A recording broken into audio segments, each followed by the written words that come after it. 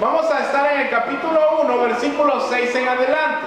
Pero vamos a recordar, el tema se llama: si honramos a Dios, démosle lo mejor a Él.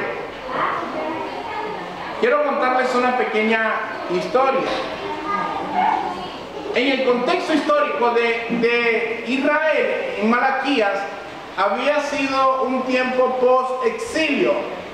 Israel fue capturado por Babilonia, por Nabucodonosor, fue conquistado, sus muros fueron derribados y fueron llevados Daniel y algunos otros príncipes. No sé si se acuerdan, han leído la historia. El famoso Nabucodonosor.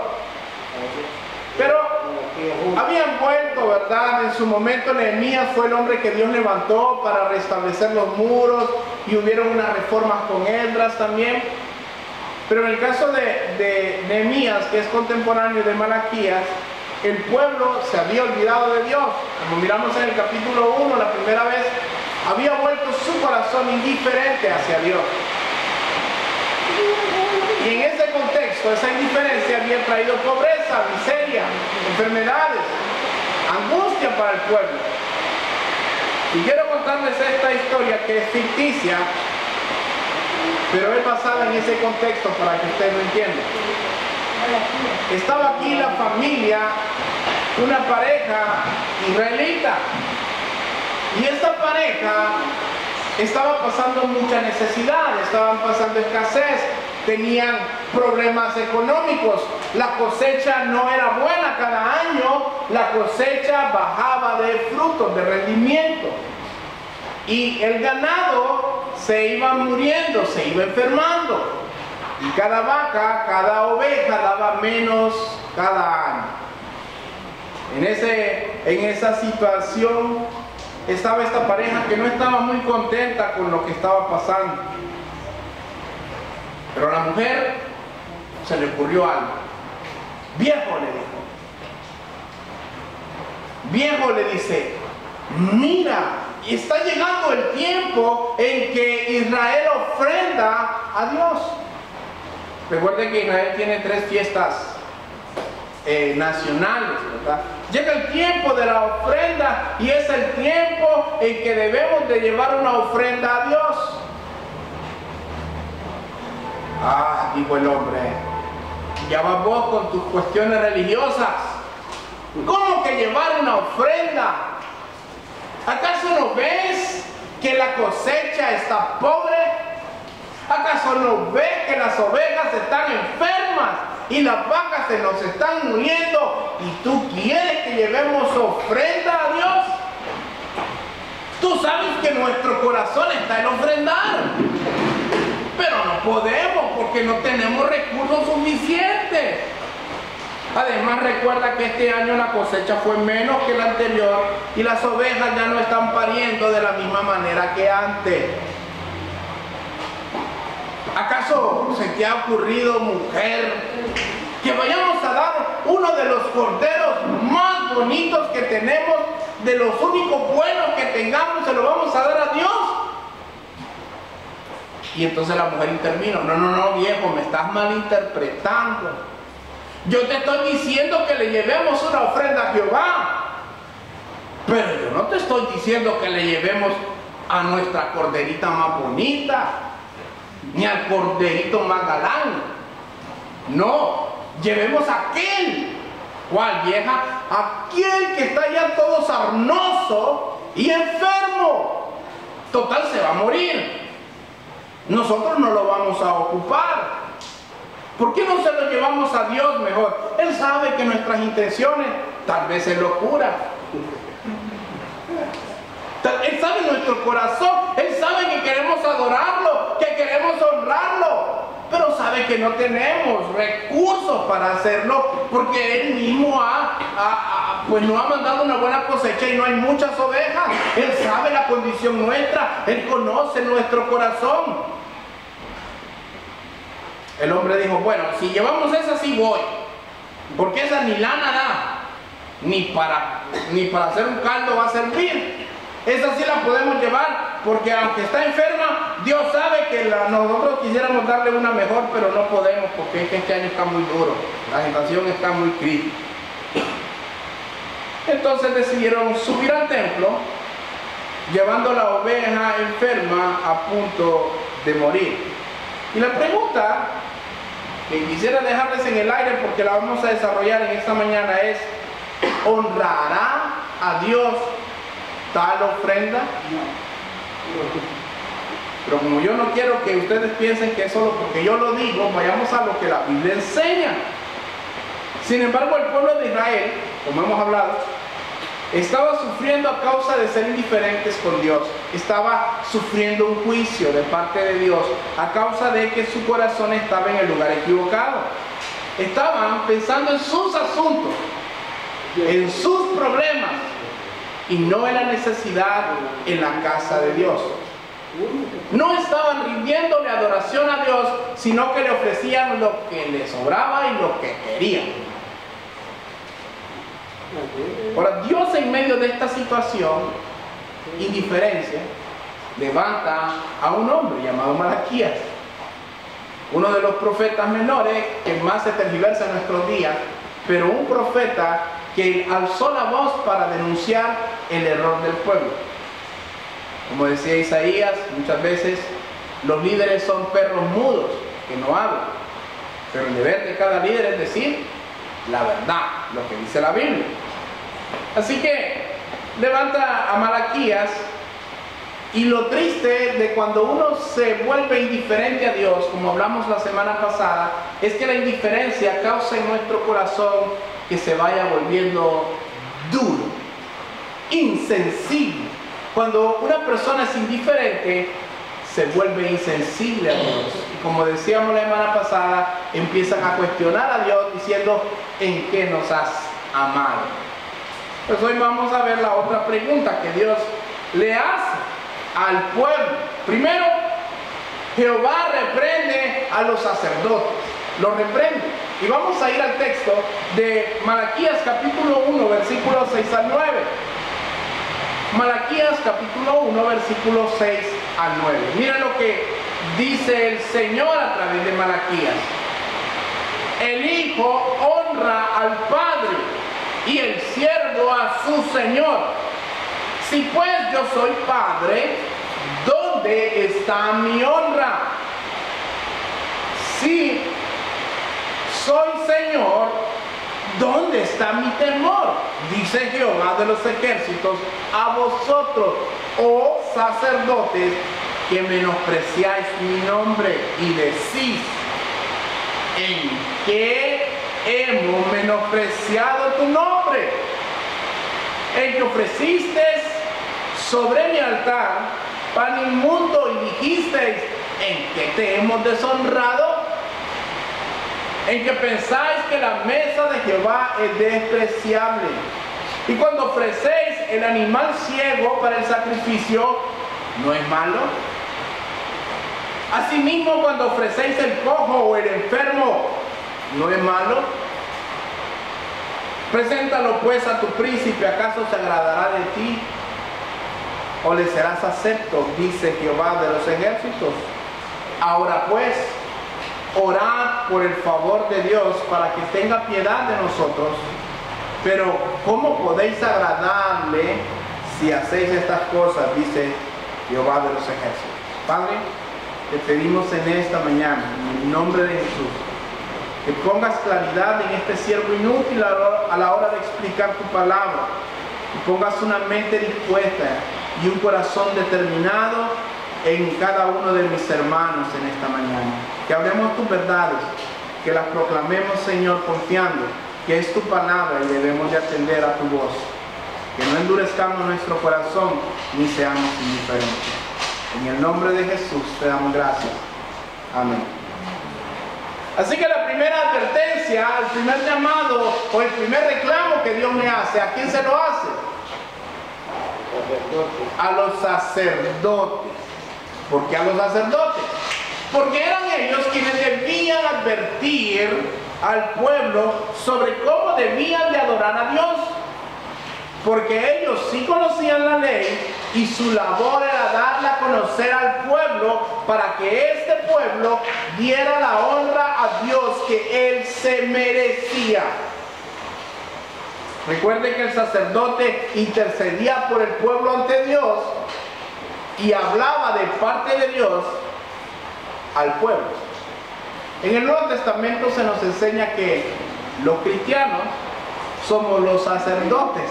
Ahora, real sacerdocio, nación santa y un pueblo adquirido por Dios para anunciar. O sea, usted no es llamado por Dios para quedarse callado, eso sí. Usted es llamado por Dios para anunciar las buenas nuevas de salvación. Lo miramos el martes, el ministerio de la reconciliación. Ahora, los sacerdotes eran quienes intercedían por el pueblo ante Dios y hablaban de parte de Dios al pueblo. Pero resulta que los sacerdotes le llamaban Padre a Dios.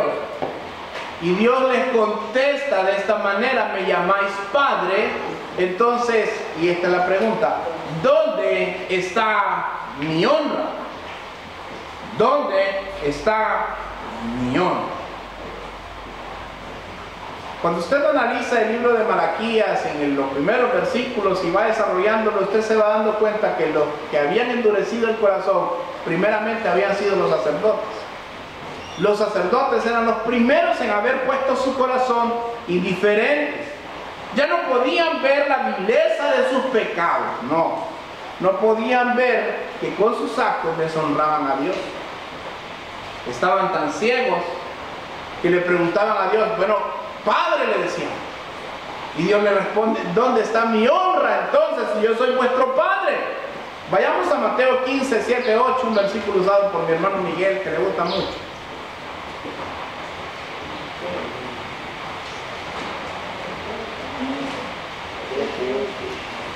Mateo capítulo 15, versículos 7 y 8. Miren, hermanos, estos sacerdotes estaban con el corazón equivocado, estaban con el corazón indiferente y endurecido. Y no podían ver que estaban actuando mal, no podían ver que estaban deshonrando a Dios. ¿Y cuántos de nosotros encontramos, por ejemplo, personas, hoy lo hablábamos creo en la mañana, que dicen, Dios es mi Padre? ¿Sí o no? ¿Cuántos conocen así? Dios es mi Padre. Tenemos el mismo Dios, dicen también. Tenemos el mismo Padre. Uy, cuidado, ¿verdad? Cuando venga ahí un farsante ahí diciéndole, tenemos el mismo Padre, tenga cuidado. ¿Por qué? Porque cuando examinamos la vida de estas personas a la luz de las Escrituras, nos damos cuenta que ellos están caminando por un camino diferente al de las Escrituras. Y cuando alguien camina en un camino opuesto a las Escrituras, no está caminando con Dios. Va de la mano, pero de otro ser, de Satanás o de su demonio. Mateo 15, 7 y 8. Léalo, con voz de trompeta. Hipócrita, bien profetizó de vosotros Isaías cuando dijo, este pueblo de labios me honra, mas su corazón está lejos de mí. Y el 9 dice, pues en vano me honra, enseñando como doctrina mandamientos de hombres. Este pueblo de labios me honra, pero ¿qué dice? Su corazón está lejos de mí. Las personas que debían de ser los guías espirituales de Israel, aquellos que eran llamados por Dios a interceder ante Él, aquellos que tenían que anunciar las verdades de Dios, se volvieron indiferentes, se volvieron duros de corazón y menospreciaban a Dios. Y si vemos que el sacerdote estaba torcido, estaba duro de corazón, estaba indiferente, ¿cómo se imaginan al pueblo? ¿Cómo se lo imaginan? La respuesta está en Oseas 4:9. Oseas 4:9.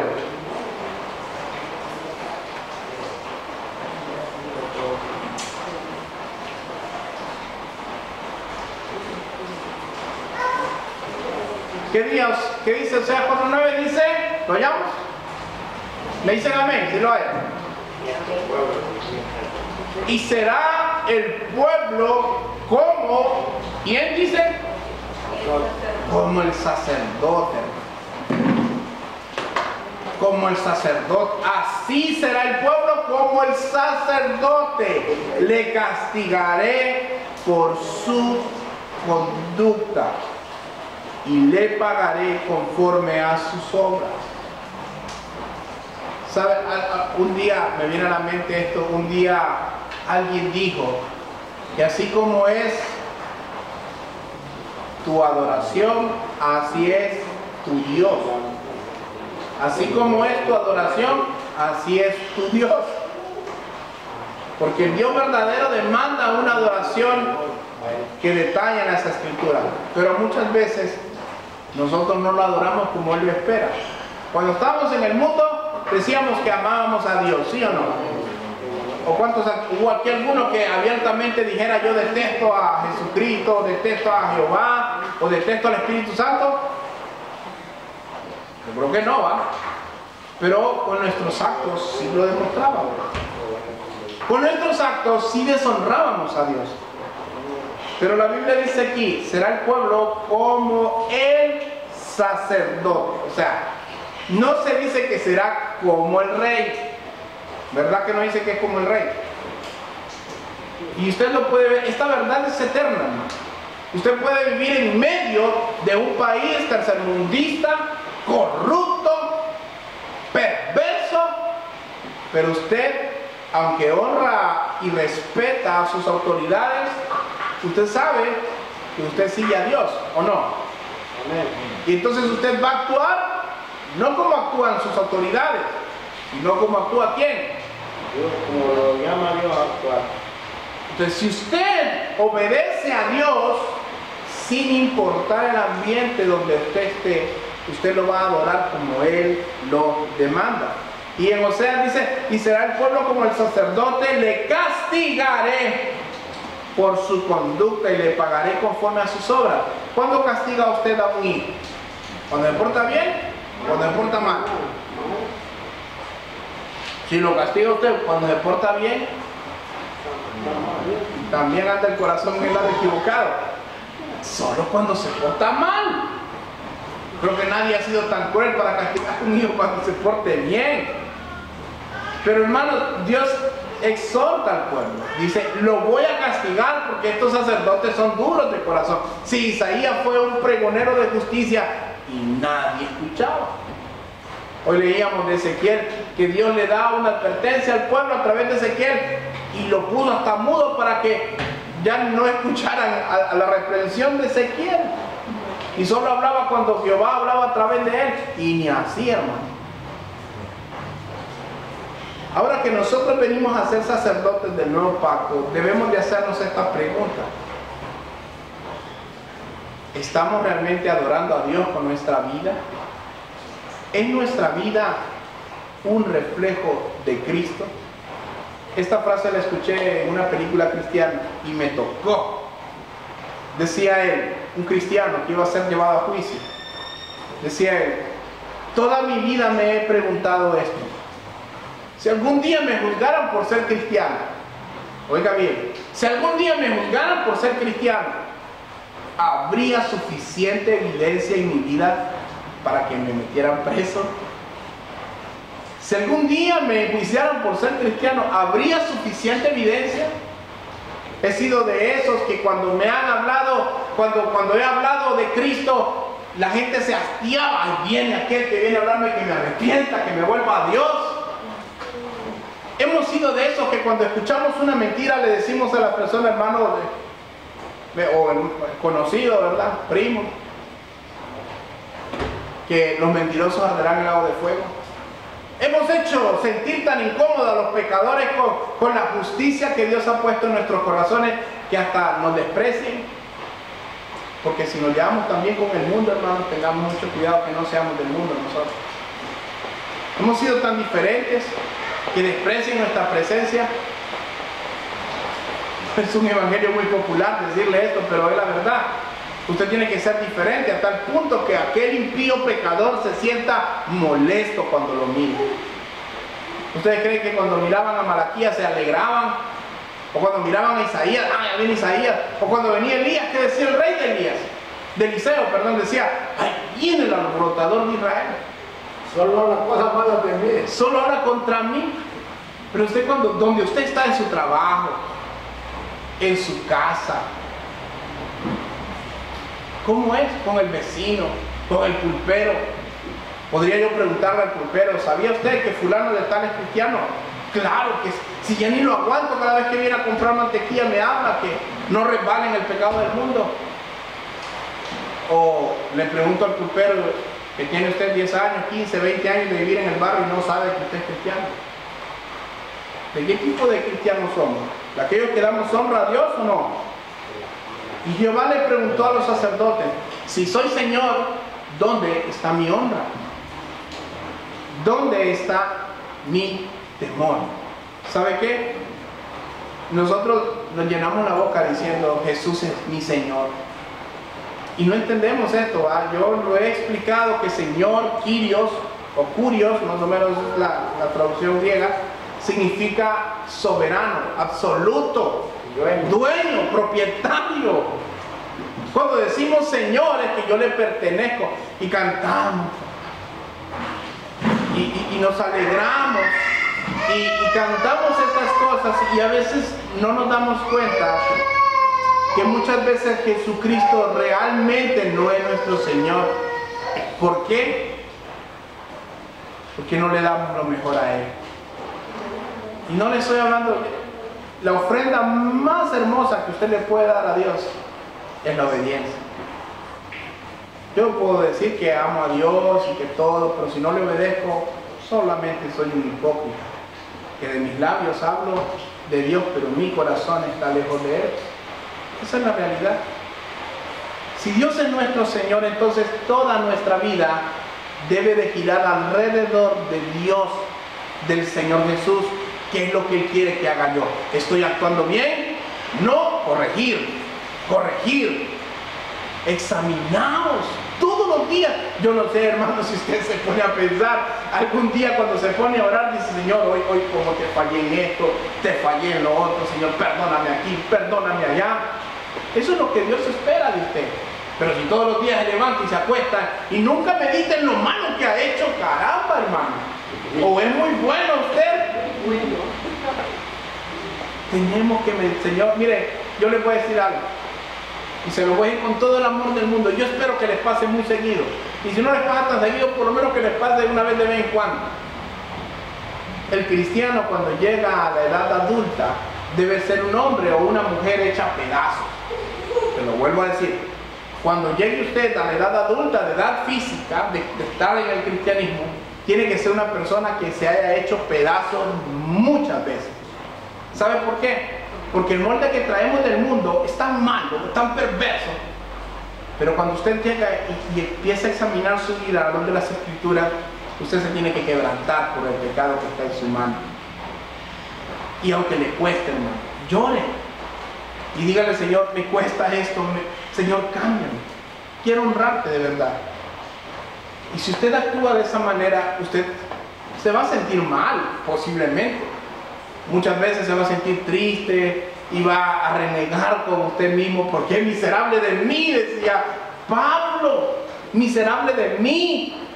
¿Quién me apartará de este cuerpo de muerte? Y si Pablo, el apóstol, tenía cosas que entregar, imagínese usted y yo. ¿O hay alguno aquí que ya siente que ya cumplió y llegó a la meta? Todos estamos en el proceso del cambio.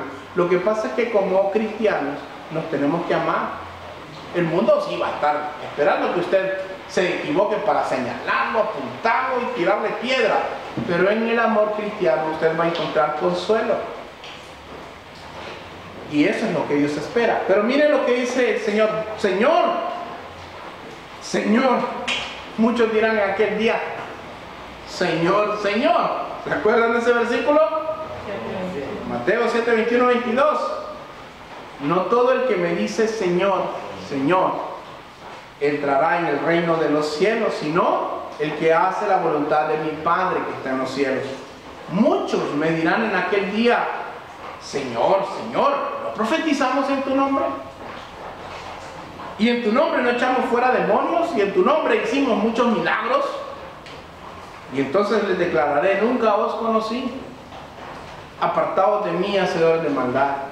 ¿Por qué? Porque de sus labios hablaban, Señor, te honramos, te tememos, pero nuestro corazón era indiferente y duro, y cuando Dios nos confrontaba, nos enojábamos.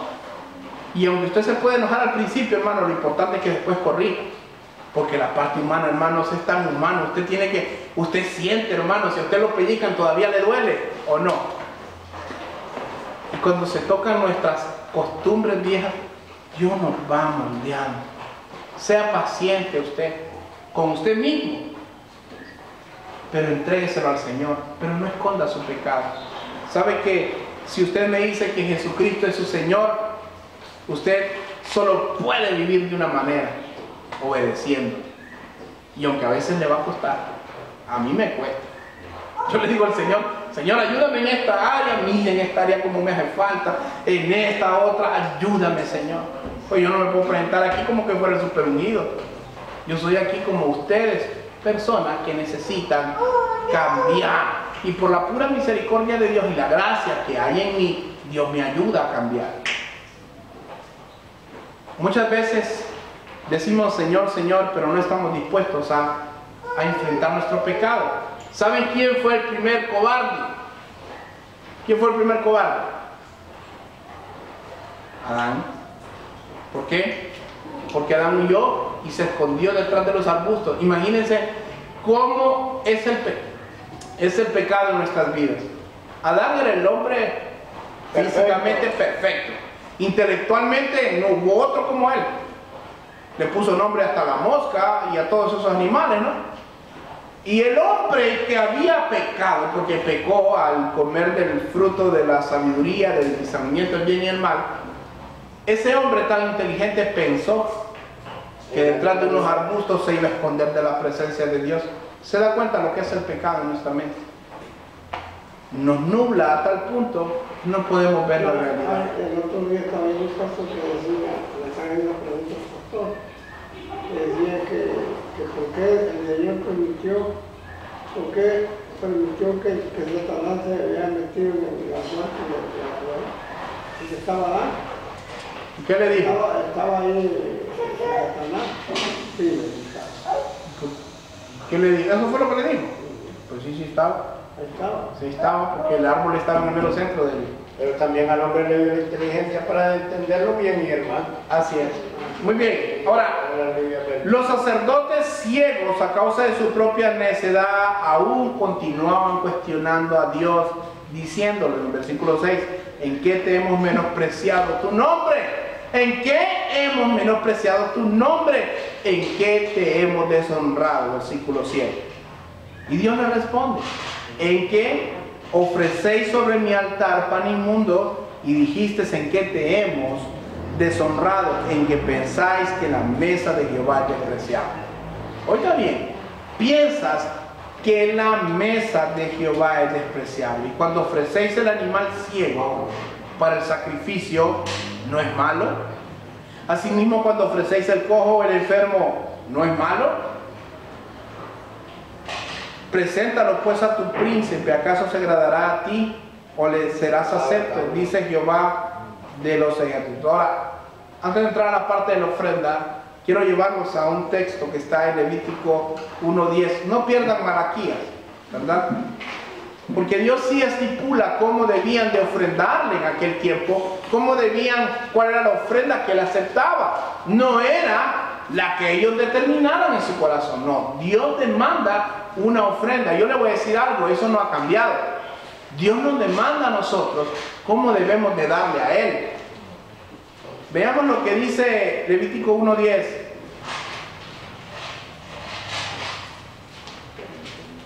Amén.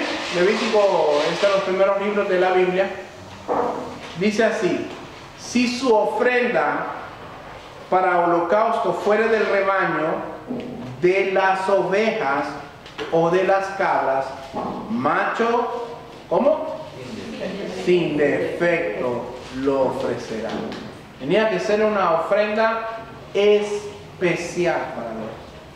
Y Deuteronomio más adelante, capítulo 17, versículo 1. Esta era la ofrenda en Levítico 1:10, la que él esperaba. Pero miren lo que dice de la ofrenda que él no espera. La ofrenda que le insulta. Deuteronomio capítulo 17, versículo 1. ¿Me dicen amén cuando lo tengo?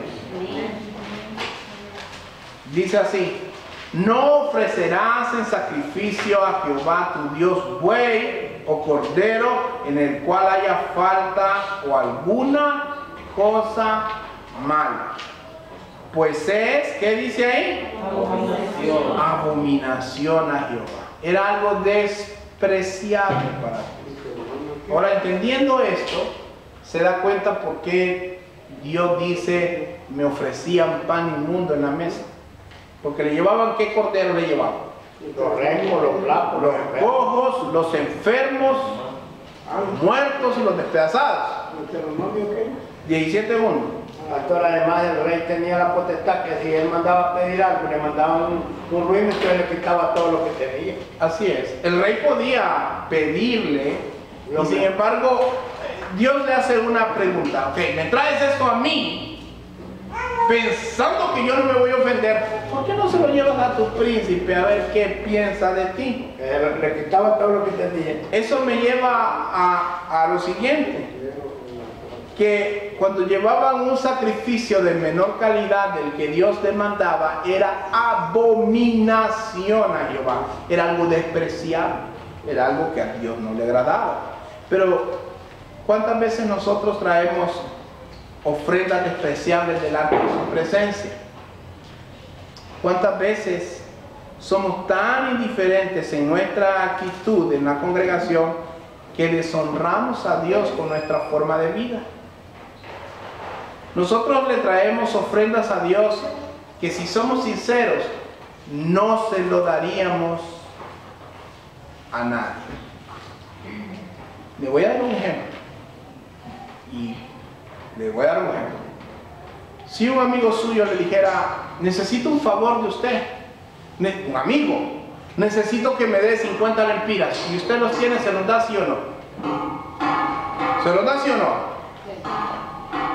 No escucho mucho convencido. Bueno, si no me lo va a dar, no lo voy a forzar, ¿no?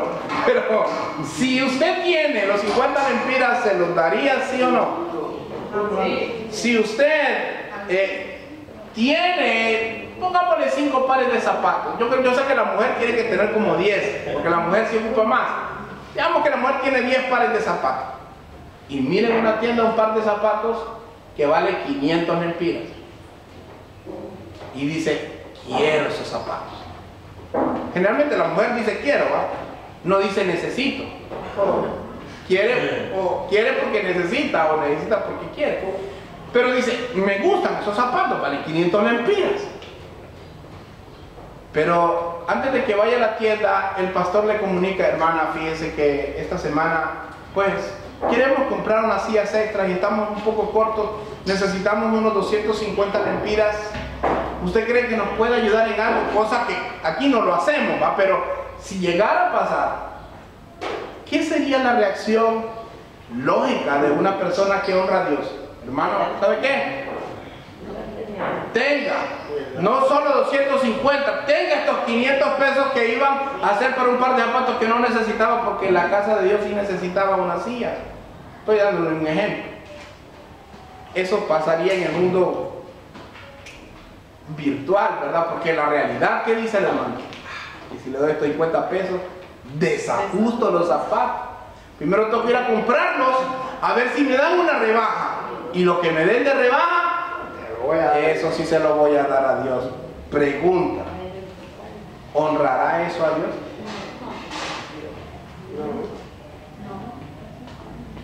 ¿Sabe? Esto lo escribieron, yo les conté del lanidaje, ¿no? Lanidaje es como el boceto, los de los apóstoles, las doctrinas de los apóstoles, lanidaje, ¿no?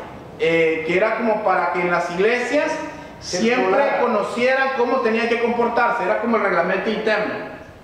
La unidad dice así: si tu mano está abierta para recibir, que no esté cerrada para dar.